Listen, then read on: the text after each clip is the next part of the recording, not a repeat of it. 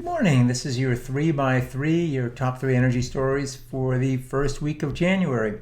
The first story this week is about the Department of Energy announcing the launch of its Energy Storage Grand Challenge, characterized as a comprehensive program to accelerate the development, commercialization, and utilization of next-generation energy storage technologies and sustain American global leadership in energy storage. In part, the goal is to ensure that we maintain a domestic manufacturing supply chain for the critical minerals to create independence from foreign sources by 2030. It's a good start as it goes, but the question is, what is this American global leadership that the DOE is talking about? Aside from Tesla and the Gigafactory, which has Panasonic Japanese technology in a lot of it, the U.S. doesn't have a leadership position to sustain. Rather, it has a lot of catching up to do. If you consider Korea and China are certainly the leaders, consider that China, for example, one single company is looking at building 100 gigawatts of manufacturing capability in the battery space, and that its scientists' population is 1,000 scientists with advanced degrees in material science.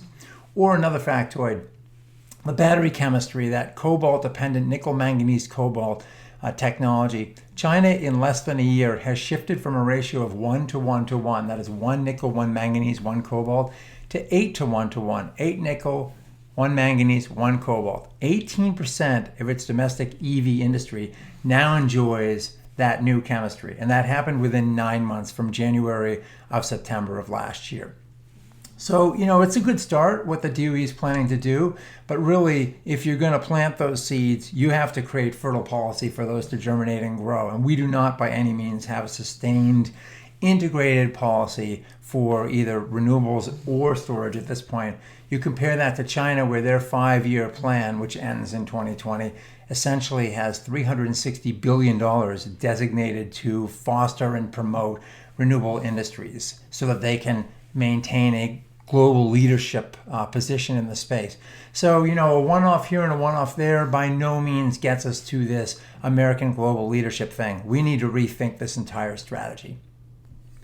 And speaking of Chinese dominance, it looks like we may be set to give away yet another industry to China. In this particular case, it's the automotive industry. While we see the U.S. companies working with the Trump administration to essentially reduce the emission standards that would have pushed our vehicle fleet to become more efficient. We also see Elon Musk building a factory over in China, a gigafactory for his cars, in less than 200 days, and now speculating that maybe the thing to do will be to take the Chinese marketplace as a launching point and build a vehicle there for global sales.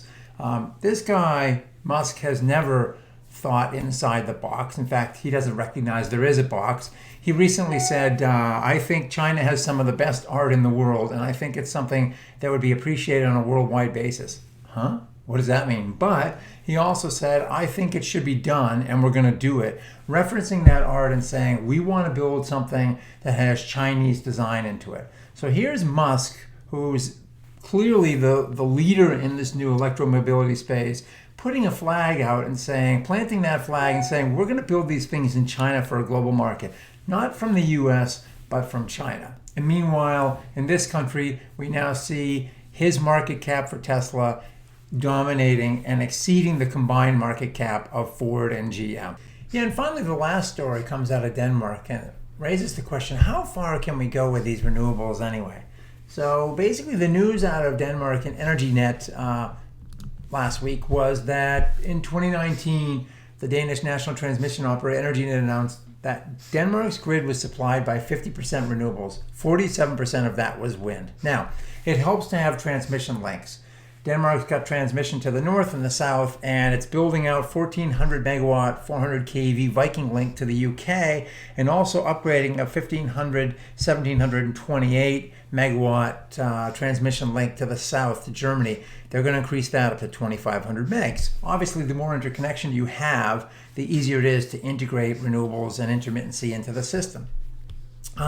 So that should help them increase that number to get to their 70% goal, which, by the way, is where Kauai is headed. They're at 50% now, too, on the island in Hawaii, and they're all solar and storage right now.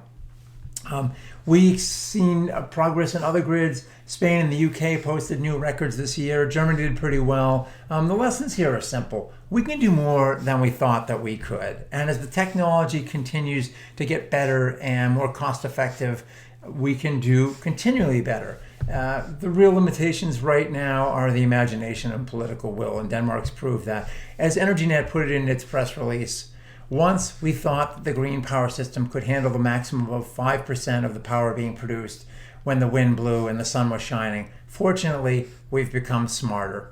Becoming smart is a goal all of us can shoot for. So as we lean into 2020, we're going to see those numbers get better, and hopefully we'll get smarter. We'll see you next week. Thanks.